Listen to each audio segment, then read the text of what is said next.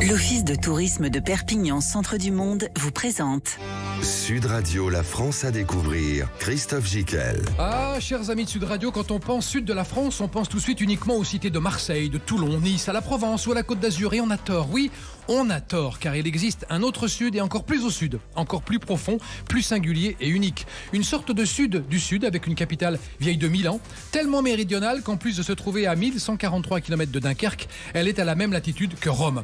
Oui, chers amis, je vous parle bien de cette ancienne capitale flamboyante du royaume de Majorque et aujourd'hui celle du Roussillon, Perpignan. Perpignan dont les saveurs, les senteurs, les couleurs, les palmiers, les platanes, les façades de maisons colorées, la culture, son patrimoine, ses 30 monuments historiques, ses 300 jours de soleil par an, son singulier terroir, son vin, sa gastronomie, ses plats, sa vieille ville, sa catalanité donnent à ses habitants un enthousiasme, une faconde et un dynamisme unique au monde. Oui, car Perpignan est un patchwork, une ville joyeuse et inspirante. Rien que sa situation à 10 minutes de la première plage méditerranéenne, à 30 minutes de l'Espagne et à 1h30 des pistes de Font-Romeu, sa lumière attira les peintres. Sa gare a été désignée centre du monde et son dernier slogan en date, la rayonnante, la résume trop bien. Raison pour laquelle nous partons maintenant à sa découverte. Sud Radio, la France à découvrir. Christophe Gicquel. Et pour partir à la découverte de Perpignan, nous avons invité Louis Alliot, maire de Perpignan. Bonjour monsieur le maire. Bonjour. Florence Mollier est avec nous, c'est la conseillère municipale déléguée au patrimoine. Bonjour Florence. Bonjour. Et Laurence Hervin-Lemaire, directrice de l'Office de tourisme de Perpignan. Bonjour Laurence. Bonjour. Alors monsieur le maire, Perpignan, c'est la préfecture du département des Pyrénées-Orientales. C'est une ville au centre de la plaine du Roussillon. Elle est encadrée au sud par la chaîne des Pyrénées, à l'ouest par la région des Corbières, à l'est par la mer Méditerranée.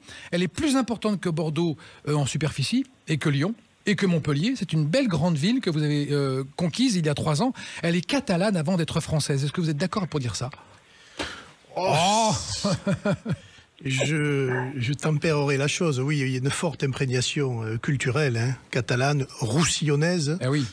C'est une ville, effectivement, vous disiez 1000 ans, mais qui s'est construite, on peut dire, autour d'un site qui s'appelle Russino, qui a très certainement donné le nom à Roussillon, qui est un site romain, où il y a d'ailleurs aujourd'hui un musée, on va dire, et un site archéologique. D'accord. Avec une richesse d'ailleurs très très importante qu'on développe et qu'on va développer à l'avenir. Et donc on essaye évidemment de faire l'alliance entre l'identitaire local et puis l'image que l'on veut donner d'une ville dynamique, ouverte sur le monde et notamment sur la Méditerranée. Parce que c'est vrai que Perpignan est connu, certes. Dali l'a fait connaître. C'est vrai, en 63, c'est il y a longtemps. C'est il y a longtemps. On n'était pas nés. Le centre du monde, mais qui s'est un peu endormi sur des lauriers. Ça a été une ville très riche, avec de riches commerçants, industriels, la viticulture. Mais c'est vrai que depuis, on va dire, une trentaine d'années, on a connu beaucoup de difficultés, un déclassement, beaucoup de difficultés commerciales, et donc petit à petit on remonte la pente, et je pense qu'on a beaucoup d'atouts précisément pour remonter cette pente-là. C'était une petite décrépitude dont on sort. Oui, je pense qu'on en sort là, parce que voilà, beaucoup de gens du Nord viennent s'installer chez nous. Ça c'est bien. Beaucoup de chefs d'entreprise innovent, dynamisent leur activité, créent de l'activité, le tissu économique il est riche, beaucoup de jeunes aussi veulent rester au pays pour vivre, c'est aussi une terre de viticulture, beaucoup de viticulteurs ont vraiment progressé dans la qualité.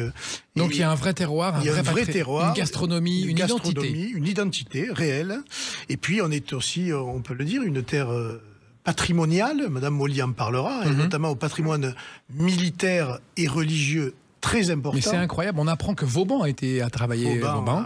Évidemment. Et d'autres.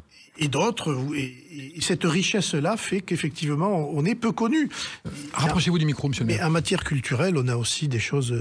Oui, on va en parler, on va dérouler toute l'émission. On va en parler, mais on est aussi une terre de rugby, il ne faut pas l'oublier. Je sais, oui. Parce que le sport est aussi une culture, et on est une terre de rugby, des deux rugby. Dont vous fûtes un éminent sportif. Oui, enfin, modeste, mais j'y ai joué. Oui. Rugby à 15. C'est ça. Et rugby à 13, et on en parlera tout à l'heure, puisque Perpignan s'est singularisé, on peut le dire tout de suite, notamment l'USAP, l'équipe de 15, puisque sa figure, son capitaine Aimé Giral, qui a donné le nom au stade actuel, est mort dans les tranchées en 14. D'accord. Avec une partie de l'équipe de l'USAP. Et c'est à ce moment-là que l'USAP a changé ses couleurs, sang et or, pour donner les couleurs bleues de l'uniforme français. Et on peut dire qu'à partir de cette date-là, eh bien, le pays catalan et le Roussillon s'est totalement fondu dans le bleu blanc rouge de la République française. Bel exemple. Florence Molly, est-il vrai qu'il y a 30 monuments historiques remarquables, que c'est une ville médiévale, millénaire, et qu'on parlait tout à l'heure d'une identité roussillonnaise, un patchwork à la catalane? On peut dire tout ça? Tout à fait. C'est une ville dont nous avons les premiers documents avec un quartier d'habitat qui se développe autour de l'actuelle cathédrale Saint-Jean-Baptiste, mais qui ne devient cathédrale en réalité qu'au XVIe siècle.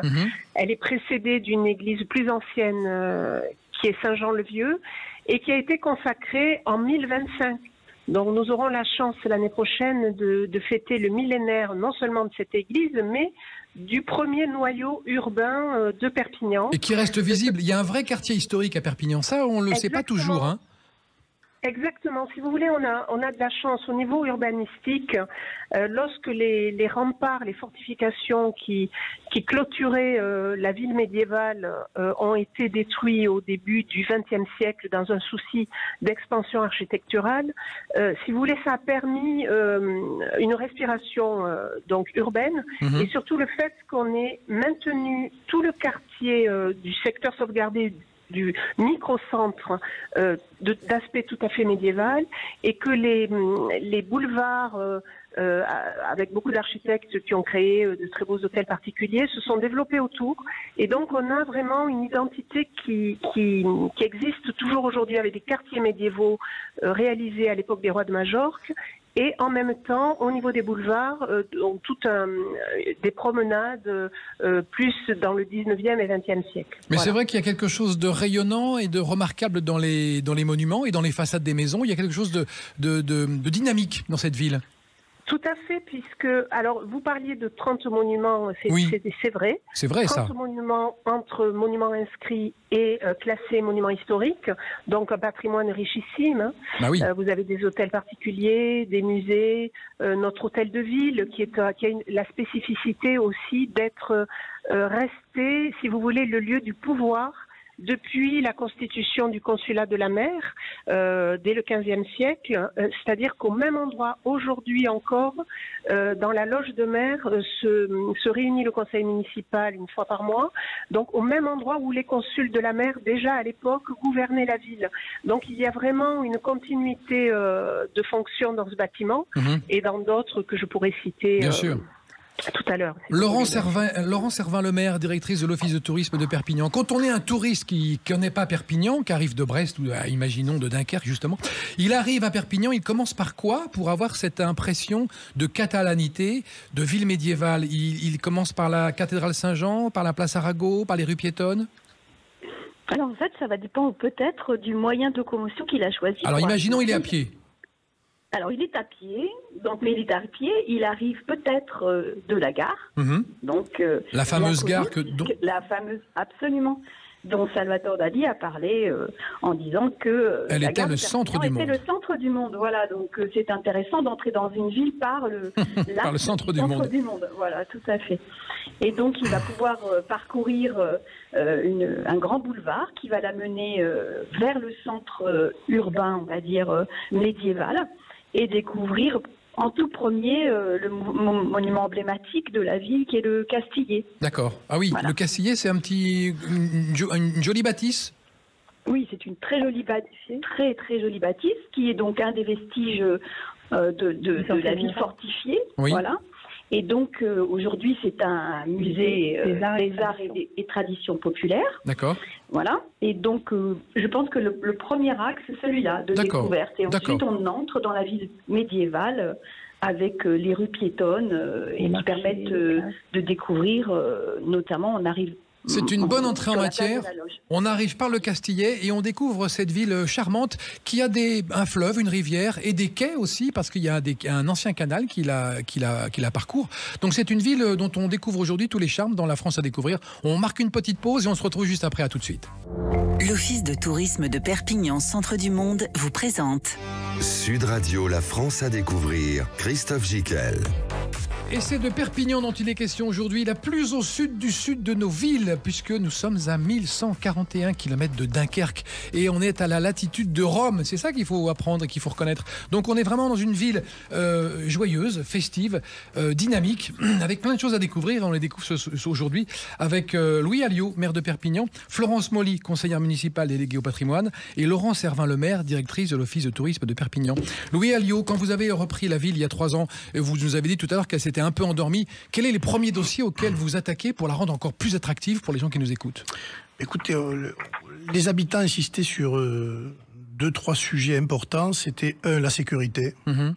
Et on a retravaillé complètement l'organisation de la police municipale. On a une des polices municipales les plus importantes de France. On a 200 agents armés. Ah oui. Et on a remis de la police de proximité, ce qui m'arrive, c'est-à-dire dans chaque quartier local de la police municipale. Avec des gens qui sont en contact avec la population. Avec des gens qui sont en contact, des patrouilles plus nombreuses, un îlotage plus nombreux et petit à petit, et une lutte très importante contre le trafic de drogue dont on sait qu'il concerne toutes les villes et qui gangrène beaucoup de zones. Et ça porte ses fruits? Vous sentez la... Oui, ça commence. C'est long. C'est très long, évidemment, et on est épaulé par l'État, il faut le dire quand c'est le cas. Bien sûr. Et donc, on arrive à obtenir des résultats, mais évidemment, c'est toujours très insuffisant par rapport à la situation. En tout cas, mais on continue. Il y a une présence visible des forces de l'ordre. Il y a une présence, et on voit bien que la population y est très sensible, et les nouveaux arrivants aussi. Bien sûr. Parce que on bénéficie aussi d'une arrivée de gens qui viennent d'ailleurs et qui nous le disent très franchement. Le deuxième sujet, c'était la propreté. C'est une ville du Sud, avec des quartiers quelquefois plus difficiles que d'autres. Et là aussi, on a mis la réorganisation, des investissements dans l'équipement. Et donc la ville est nettement plus propre que ce qu'elle a été. Là aussi, les retours sont bons. Et puis, la qualité de vie en général, tout ce qui est végétalisation, tout ce qui est dynamisme des animations, de l'événement. Et tout ça favorise évidemment le tourisme. Et le tourisme lui-même est devenu une compétence municipale il y a peu. C'est-à-dire il y a 6 mois, même pas, parce qu'avant, elle était communautaire et on a décidé de reprendre en main le destin de notre offre touristique, tout simplement parce qu'on pense que c'est nous qui connaissons le mieux la ville de Perpignan. C'est pas faux. Et c'est à nous de la vendre à l'extérieur, plutôt que quelquefois des personnes ou des structures qui parlent à notre nom et qui, malheureusement, ne vendent pas la bonne image que celle que nous voulons donner. Et est-ce que le centre-ville, vous allez aussi le réhabiliter parce qu'on manque de commerçants et vous en cherchez? Alors il y a 2 aspects. Il y a un aspect habitat, c'est le renouvellement urbain, notamment dans le vieux quartier Saint-Jacques, qui est un gros sujet. Et là, on travaille avec l'Agence nationale de rénovation urbaine. On vient d'obtenir plus de 50 millions d'euros pour rénover tout un axe. Ça, c'est un gros dossier, au ce cœur quartier de Perpignan. C'est très important pour la ville de Perpignan et pour l'image du centre-ville de Perpignan. Et le deuxième sujet, c'est un axe aussi commerçant, la fameuse rue des Augustins, qui est une ancienne rue très commerçante et très prisée, et qui est devenue petit à petit un no man's land avec beaucoup de commerces fermés. L'ancienne municipalité avait commencé à le faire, à acheter des commerces, et nous on a continué. On est aujourd'hui propriétaire d'une trentaine de commerces qu'on va rénover, qu'on va mettre à disposition pour en faire une quartier des arts, des antiquaires, des métiers et des produits locaux. Artisans et produits locaux. Et produits locaux pour en faire vraiment une rue typique de ce sud de la France et de notre Roussillon. C'est bien. Donc si des commerçants nous écoutent aujourd'hui dans la France et qui veulent s'installer à Perpignan, ils contactent la mairie. Ils peuvent contacter la mairie, effectivement. Et, on est prêts. Les commerçants sont prêts. On est prêts, en tout cas, à les accueillir et à faire des propositions sur un certain nombre de sujets. D'accord. Florence Molly, conseillère municipale déléguée au patrimoine. Il y a 3 grands quartiers à Perpignan, autour de la cathédrale Saint-Jean. Quels sont-ils, ces grands quartiers ? Alors, donc, le quartier Saint-Jacques que monsieur le maire vient de citer, le quartier de la Réale et le quartier Saint-Mathieu, qui sont, si vous voulez, les 3 quartiers qui ont été construits pratiquement au même moment par les rois de Majorque et qui ont donc une véritable identité. Donc, on est sur du XIVe siècle, avec bien sûr une petite évolution urbanistique inévitable, et qui gravitent tous autour d'une église. Ils ont chacun leur propre paroisse. Il se développe au pied, surtout je pense au quartier Saint-Mathieu, au pied du palais des rois de Majorque, Donc, si vous voulez, les rois qui étaient présents sur la ville, on était vraiment capitale du royaume, et dominé juste au-dessus. Et donc, il y a eu vraiment déjà une construction urbaine très intelligente à l'époque et qui est en partie, comme Monsieur le maire l'a dit, renouvelée.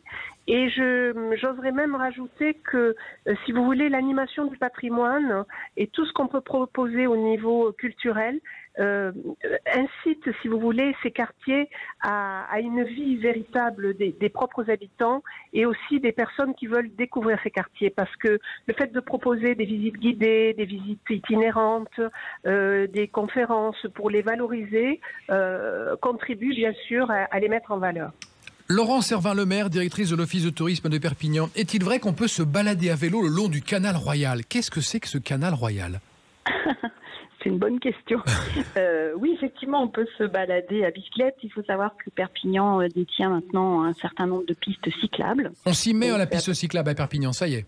Et oui, tout à fait. Pourtant, nous sommes une ville du Sud, mais nous sommes aussi visités par beaucoup de personnes et de visiteurs du Nord. C'est plat chez vous, c'est plat. On n'a pas besoin de... Exactement, oui. C'est plat. Donc il n'y a pas d'effort, on va dire, à faire et à fournir pour pouvoir découvrir Perpignan à travers ces pistes cyclables. Voilà. Et le canal royal, donc, c'est un vrai canal? Alors, le canal royal a été construit par des ingénieurs des rois de Majorque. Oui. Donc, c'est vraiment un canal d'origine du XIVe siècle. Sur, si vous voulez, le territoire dont nous avons la compétence, Perpignan et alentours, nous avons aussi un très bel aqueduc qui s'appelle l'aqueduc des Arcades, dont il y a un projet d'ailleurs de rénovation imminente. Et donc tout un réseau, si vous voulez, à vue.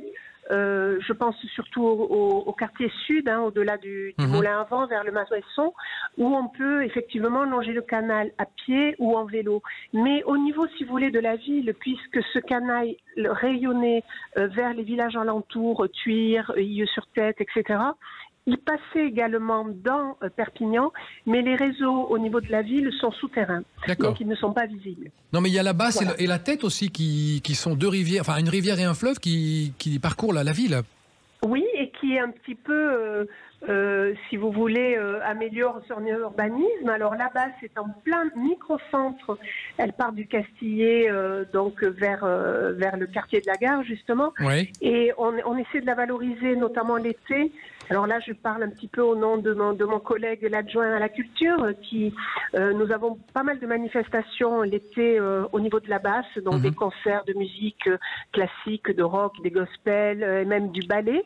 Donc avec une scène qui est directement installée sur le canal de la Basse, et la Tête, qui est une rivière alors beaucoup plus large, qui est un petit peu en périphérie, qui longe plutôt le quartier nord de la ville, et qui est aussi dynamisée l'été par une très belle initiative que cette nouvelle municipalité a eue, qui s'appelle Tête en Fête, avec pendant 2 mois pratiquement des guinguettes qui s'installent, de l'animation le soir, de l'animation en journée pour les enfants.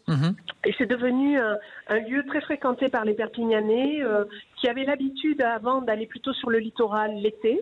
Et là, on est un petit peu sur un Perpignan on beach, disons, très agréable et très apprécié de nos concitoyens. Voilà. Perpignan Beach, je note.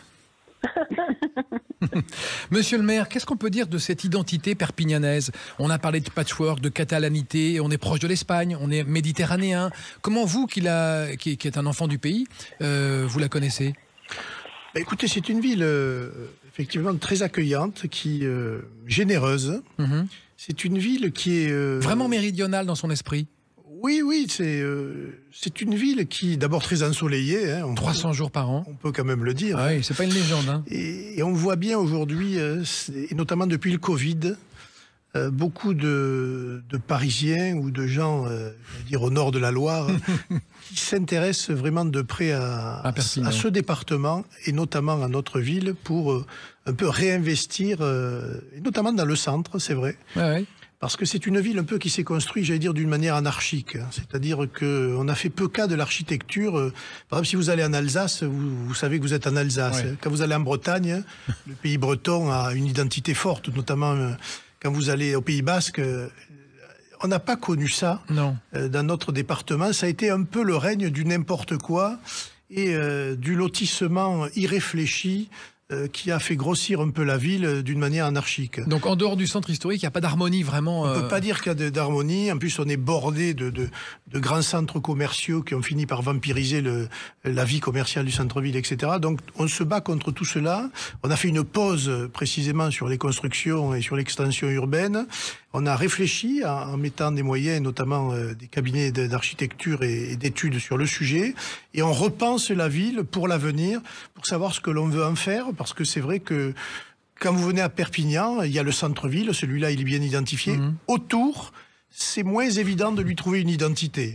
Une identité de promoteur immobilier sûrement, une identité catalane et du Roussillon un peu moins. Ouais. C'est bien le drame d'ailleurs. Ouais, ça. Mais par ailleurs, vous avez des offres, Madame Molly en a parlé, mais on a une scène nationale, le fameux théâtre de l'Archipel, qui a été, dont l'architecte a été Jean Nobel par exemple, qui est vraiment quelque chose qui offre une offre de culture très importante. Et de qualité. Et de qualité. On a un musée, le musée Rigaud. Ah oui, ça on va en parler. Hyacinthe Rigaud. Très beau musée, le portraitiste de Louis XIV. Un personnage incroyable. Et avec de très très belles expositions. Peut-être que Florence Bollier on va en parler, dira deux mots. On a un festival des Méditerranées qui est porté par notre adjoint à la culture André Bonnet.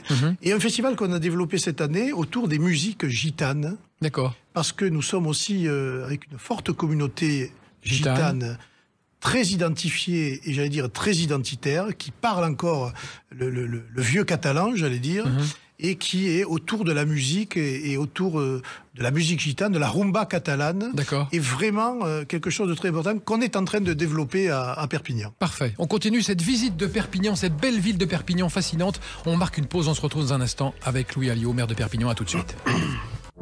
L'Office de tourisme de Perpignan, centre du monde, vous présente Sud Radio, la France à découvrir, Christophe Gicquel. La ville, le centre du monde, ville joyeuse et inspirante, c'est Perpignan, la plus au sud du sud de toutes nos villes de France, parce qu'elle est quand même à la latitude de Rome, on le dira jamais assez. C'est le truc un peu surprenant que j'ai appris en faisant cette émission. Et nous sommes avec Louis Alliot, maire de Perpignan, Florence Molly, conseillère municipale déléguée au patrimoine, et Laurence Servin, le maire, directrice de l'Office de tourisme de Perpignan. On a parlé un peu de culture, monsieur le maire, avec la culture gitane. Vous avez encore d'autres rendez-vous comme ça, des grands rendez-vous à Perpignan? Le visa pour l'image? Évidemment, le Festival international Visa pour l'image. Ça, c'est le truc... Voilà, qui est effectivement fin août, début septembre, l'événement... majeur de la ville. Oui, majeur. Un des événements majeurs. Un des événements majeurs qui a eu des difficultés après le Covid, lui aussi, mais qui retrouve un peu sa vitesse de croisière. Et puis, autour de cette identité-là, il faut que aussi les gens le sachent, on est en train de bâtir des partenariats et des jumelages. Par exemple, on est en train de se jumeler avec Palma de Majorque. De Majorque, oui. Et justement, pour reconstituer, on va dire, en tout cas, dans un esprit... Un lien catalan ? Un lien sur cette identité-là, et sur la langue majorquine, la langue roussillonnaise, car on a notre langue. Ah oui, j'ai appris ça. Et la langue catalane. Elle est très différente ? Non, c'est des mots qui changent, mais enfin, elle a son identité propre. Et vous la parlez, vous ? Je la parle pas, je la comprends, mais voilà. Et Valencia, avec laquelle nous sommes aussi en contact pour bâtir un peu cet arc d'identité à la fois historique et culturelle, et pour à l'avenir faire vivre un peu cette histoire, car c'est vrai, Madame Molly l'a dit, Perpignan a été la capitale des rois de Majorque, et c'est pas rien. Et donc on va essayer maintenant de populariser la chose et de le faire connaître au plus grand nombre. Et le Castillet, on est bien d'accord que c'était le premier palais forteresse en France, avant Avignon, avant le château de Vincennes? Non. C'est le palais des rois de Majorque. C'est le palais des rois de Majorque. Le palais des rois de Majorque, qui est un palais forteresse, absolument. Oui, voilà, vous avez bien fait de me reprendre. Parce que le Castillet était une prison, en fait. Oui, c'est ça, le Castillet. Donc rien à voir. Est-ce qu'on peut dire que Font-Romeu, qui est pas loin, c'est la grande banlieue de Perpignan, pour celles et ceux qui veulent aller faire du ski, ou pour tous celles et ceux qui veulent aller à la montagne? Ah ben c'est quand même un pays béni des dieux. On est à quelques encablures de ce magnifique plateau de Cerdagne. Incroyable. Et effectivement, Font-Romeu est très proche. Et puis le littoral. 1h30, Font-Romeu en voiture, à peu près? Oui, à peu près. Et puis le littoral. Le littoral, le Canet. De Barcarès à Cerbère, évidemment, en passant par Collioure, etc. Donc, je veux dire, on est quand même un pays particulièrement... béni. Oui, béni, mais qui n'a pas su trouver, contrairement à d'autres départements, les clés de son développement. On est encore un peu, j'allais dire... enclavé, malgré notre proximité avec l'Espagne, notamment par le fait que le TGV, qui nous a été promis depuis 30 ans, n'est jamais arrivé. Alors, on m'a dit qu'il arriverait vers 2040. Oui, 2040. Oui, c'est ça, plus proche des 2050, en espérant que les trains aient encore des roues. Mais honnêtement, c'est un des sujets de... Ça, c'est un sujet qui vous agace? Oui, ça m'agace parce qu'on a eu tous les leaders politiques possibles et imaginables dans notre département, sous tous les présidents de la République, qu'ils aient été de droite et de gauche. Ce dossier n'a jamais avancé. Et on sait pourquoi? Je ne sais pas. Espèce de marasme qui fait qu'on n'a pas envie et puis beaucoup de batailles d'ego entre les uns et les autres, entre le conseil départemental et la ville de Perpignan pendant longtemps. Ce qui fait que les Espagnols ont réussi à prendre le TGV, à le porter jusqu'en gare de Perpignan, et que les Français n'y sont pas arrivés. Et c'est là pour moi un échec majeur en termes d'image, parce que nous sommes, j'allais dire, un sud attrayant, mais pour l'instant, nous n'avons pas encore tous les équipements pour arriver à destination dans les meilleures conditions. Mais on y travaille et j'espère que le dossier va avancer. Il faut rester optimiste. Exactement. De toute façon, l'optimisme, ça fait partie de l'identité catalane. Le dynamisme et l'optimisme, et on y va encore. Ça, c'est aussi l'esprit du rugby. Hein. En avant. Ah, voilà, c'est ça, exactement. Sempre en avant. Exactement. Est-ce qu'on peut parler aussi de l'art déco, Florence Molly, conseillère municipale déléguée au patrimoine? Parce que je sais que l'art déco et l'art nouveau sont des architectures qui sont présentes à Perpignan, et ça, on ne le sait pas. Voilà, exactement. Dans les fameux boulevards, je vous expliquais, après la destruction des remparts, qui se développent autour de la ville et qui font partie aujourd'hui, si vous voulez, du centre, sont parsemés d'hôtels particuliers, d'immeubles de rapport qui ont été construits tout d'abord à la fin du 19e siècle en plein art nouveau. Nous avons aussi une sorte de révolution industrielle par l'arrivée des chemins de fer, notamment avec des familles de négociants en vin, mais pas que, qui ont vraiment fait fortune dans le négoce. Et on a aussi la présence de la famille Pams Bardou, qui est, ce sont les inventeurs du papier à cigarette, le fameux papier à cigarette Job, qui ont vraiment eu une renommée internationale incroyable et qui ont été mécènes vraiment de construction de pas mal de lieux magnifiques qu'on peut encore visiter aujourd'hui. Je pense notamment à leur immeuble de rapport, l'hôtel Pams. Alors il paraît que l'hôtel Pams est un bâtiment remarquable à visiter. À l'intérieur, c'est somptueux. Exactement. Vous avez, si vous voulez, la mairie, il possède des bureaux au niveau supérieur, mais vous avez le hall d'entrée avec un escalier magistral peint par des peintres que, à l'époque, Justin Bardou avait fait venir de Paris, notamment Paul Gervais, toute une série d'odalisques, de magnifiques fresques murales peintes par Paul Gervais, qui, je me permets de le signaler, a participé à la décoration du fameux train bleu à la gare de Lyon. Donc on était quand même dans ces peintres de la fin du 19e remarquables au niveau national. Donc ils n'hésitent pas à venir travailler pour la famille Bardou et Pams. Et quand vous arrivez au premier étage, vous avez un jardin suspendu vraiment magnifique et deux très beaux salons, le salon rose et le salon jaune, qui sont complètement donc ouverts à la visite, comme les horaires de tous les autres sites patrimoniaux ouverts à la visite aux touristes et aux Perpignanais. Mais cet hôtel Pams est utilisé aussi comme lieu de réception. On y accueille souvent des conférences débats autour de la littérature, des conférenciers, des repas lorsqu'il faut marquer un événement particulier. Souvent, ça se fait à l'hôtel Pams parce que c'est un petit peu notre carte de visite. Voilà. D'accord. Laurent Servin-Lemaire, quand on arrive à Perpignan, on a commencé à connaître un petit peu la physionomie de la ville, la vieille ville, le plateau piétonnier. Vous êtes directrice de l'office de tourisme de Perpignan. Qu'est-ce que vous conseillez à un touriste, par exemple, s'il veut aller dîner, déjeuner? Où sont les rues où ça mange bien, où il y a de la gastronomie, où il y a un petit peu de fête le soir? C'est quoi les rues? Alors, j'ai tendance à dire tout va dépendre de son âge. Oui, alors imaginons, il est comme nous, il a une petite quarantaine d'années, c'est un jeune. Ok, donc il va aussi fréquenter les petites rues médiévales dans lesquelles on va trouver des restaurants traditionnels. Dans certains, on peut même écouter de la rumba catalane. Ah bah très bien, voilà ce qu'il nous faut. Voilà ce qu'il faut dire aux touristes. Venez écouter de la rumba catalane, manger des tapas, parce qu'on est dans une culture de tapas chez vous. Absolument, oui. On est aussi dans une culture de tapas, c'est ce qu'on retrouve aussi chez nos cousins. Donc on a effectivement cette tradition méditerranéenne, j'ai tendance à dire, puisqu'en fait on va retrouver des poissons excellents, on va travailler tous les légumes de saison qu'on retrouve chez nos maraîchers, puisque le Roussillon c'est aussi le jardin de la France. Oui, c'est vrai. Et on a une grosse production de produits bio, par exemple. Donc ça, c'est aussi, ce sont des plus, on va dire, environnementaux quand on veut découvrir une ville du sud de la France. Mais Perpignan a beaucoup d'atouts et a tout pour réussir, je trouve. Alors qu'on ne le sait pas encore assez. Hein. Faudrait quand même développer tout ça.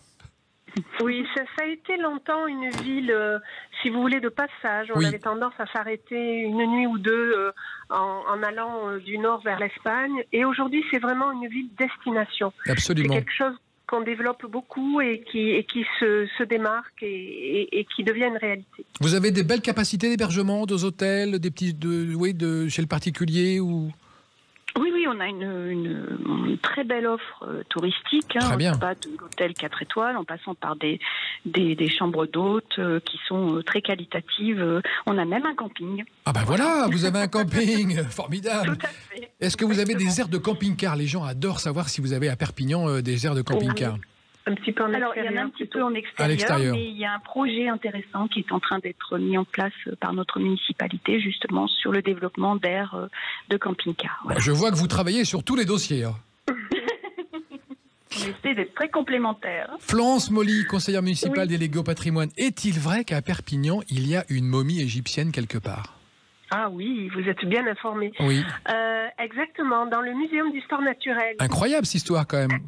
Incroyable, c'était un pacha égyptien qui était venu en fait en cure thermale à Vernay-les-Bains et qui est tombé amoureux de la région et il revenait assez régulièrement. Il y a, c'est vrai, on a parlé si vous voulez, de notre chance géographique de passer du littoral aux premières pistes skiables.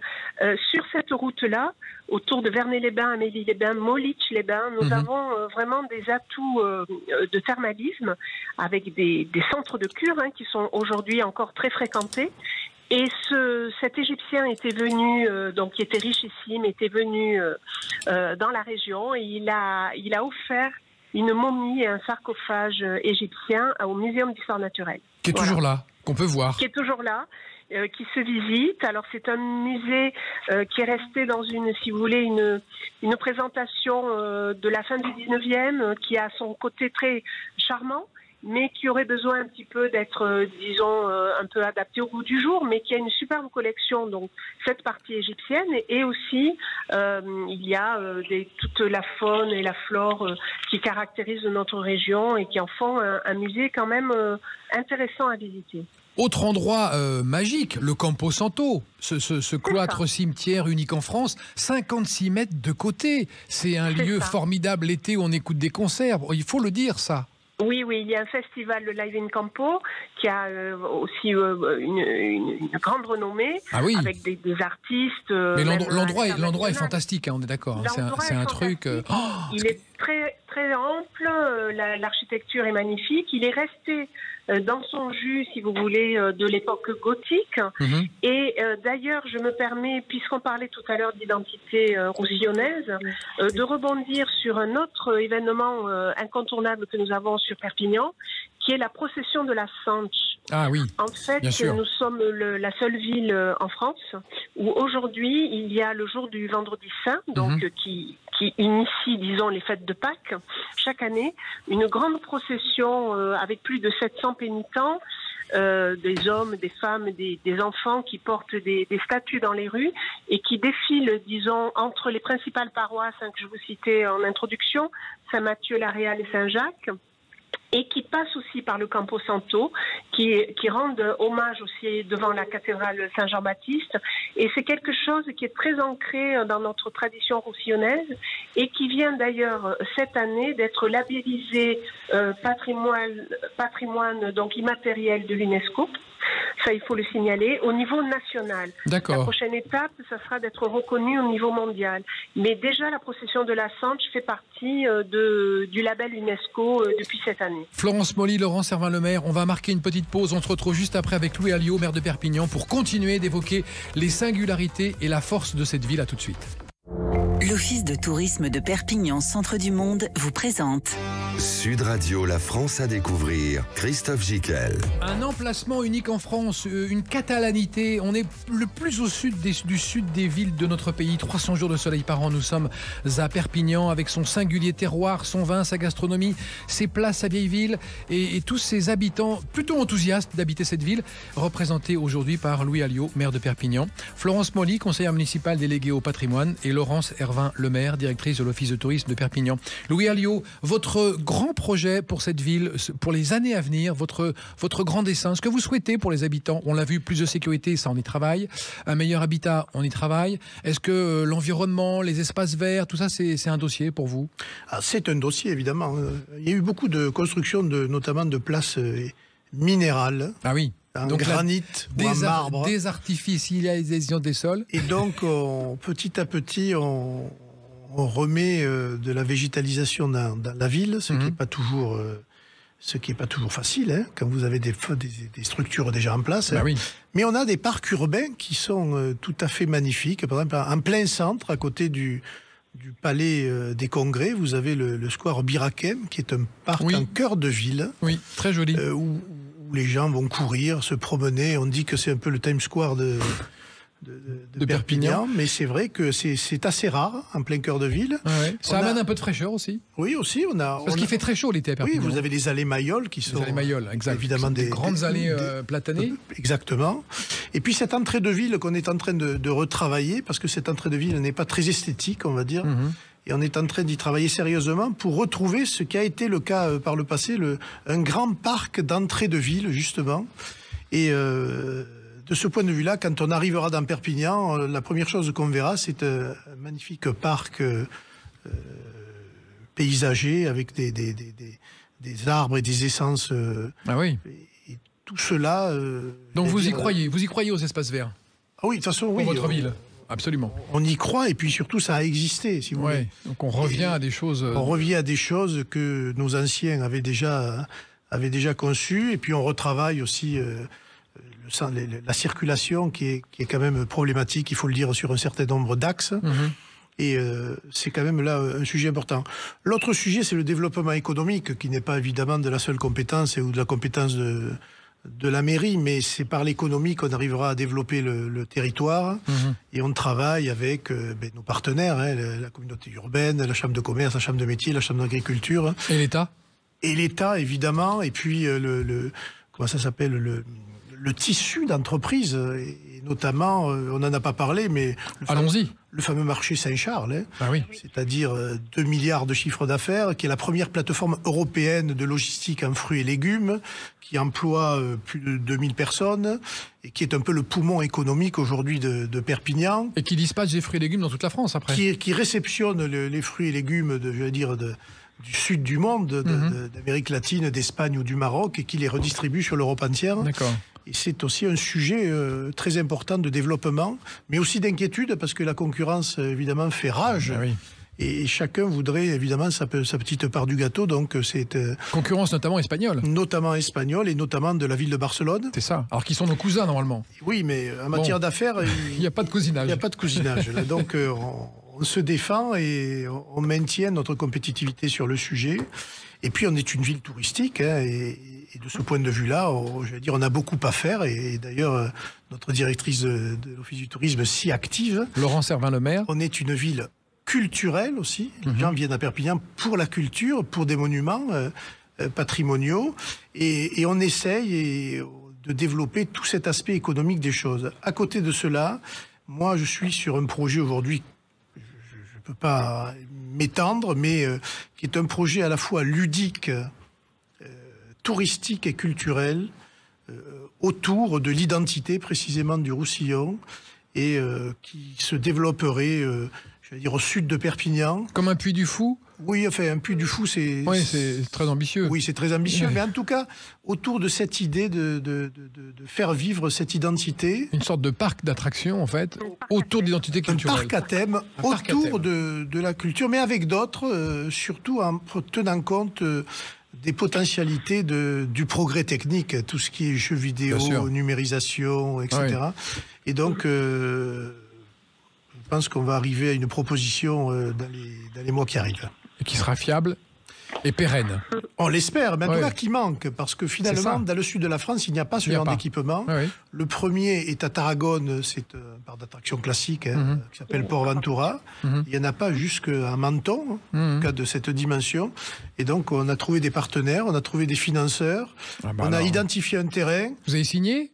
Il va juste falloir maintenant que les autorisations soient données pour que nous arrivions à faire construire ce parc. Donc c'est en bonne voie. On dit 2024, 2025 ? Ah non, parce que après. Je dirais moi 2027. Plutôt. Mais avant le TGV.